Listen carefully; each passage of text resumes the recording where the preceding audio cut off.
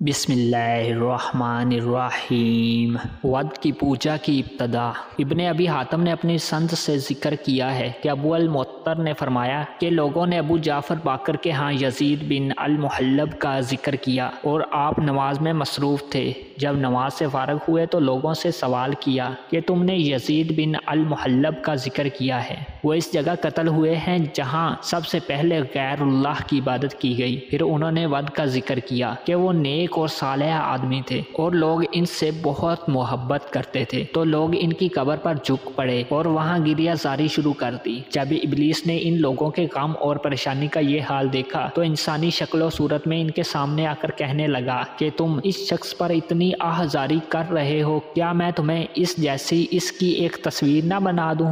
وہ تمہاری مجلس میں رہے گی اور اس تصویر کی وجہ سے اس کی یاد تمہارے ذہنوں میں تازہ رہے گی۔ لوگوں نے کہا کہ ہاں ٹھیک ہے، تو ابلیس نے ان کو ایک تصویر بنا دی اور اس تصویر کو ان لوگوں نے اپنی مجلس میں رکھ دیا اور اس کی یاد میں مشغول رہے۔ جب ابلیس نے دیکھا کہ وہ لوگ اس تصویر کے ساتھ زیادہ مگن رہنے لگے ہیں اور دیوانہ وار فریفتہ ہیں، تو پھر ان سے کہا کہ کیا میں یہ تصویر ہر ایک کے لیے الگ الگ نہ بنا دوں اور وہ ہر ایک کے گھر میں رہے گی اور اس طرح تم اس کو اچھی طرح یاد رکھ سکو گے؟ انہوں نے کہا ہاں۔ اب شیطان نے ہر گھر کے لیے الگ الگ ایک ود مورتی بنا دی۔ اس طرح وہ لوگ اس نیک شخص کی یاد میں مصروف رہے اور ان کی اولاد یہ دیکھتی رہی۔ اس طرح نسل در نسل یہ سلسلہ چلتا رہا۔ آخر کار ان کی یاد کا سلسلہ ختم ہوا اور ان کی اولاد نے ود کے بت کی پرستش شروع کر دی۔ تو سب سے پہلے اللہ کے سوا ود بت کی پرستش کی گئی۔ تو اس روایت کے مضمون سے معلوم ہوا کہ مذکورہ تمام بتوں کی کسی نہ کسی نے عبادت کی ہے۔